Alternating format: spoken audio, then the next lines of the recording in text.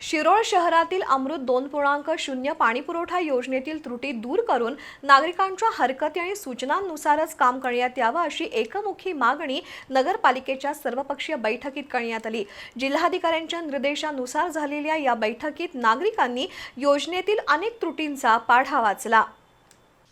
शिरोळ नगरपालिकेत नगराध्यक्षा योगिता कांबळे यांच्या अध्यक्षतेखाली अमृत 2.0 पाणीपुरवठा योजनेबाबत सर्वपक्षीय बैठक पार पडली। बैठकीत नागरिकांनी प्रकल्प व्यवस्थापन सल्लागार बदलावा, तहसील कार्यालयाजवळील झुकलेला जलकुंभ पुन्हा उभारावा, मुख्य पाईपलाईन सरळ रेषेत टाकावी, दर्जेदार पाईप्सचा वापर करावा आणि योजनेसाठी नगरपालिकेनं कर्ज काढू नये अशा प्रमुख मागण्या केल्या।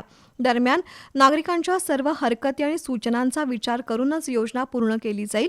योजनेत 1 रुपयाचाही भ्रष्टाचार होऊ दिला जाणार नाही आणि या योजनेसाठी नगरपालिकेला कर्ज काढावं लागणार नाही अशी ग्वाही उपनगराध्यक्ष पृथ्वीराज सिंह यादव यांनी दिली।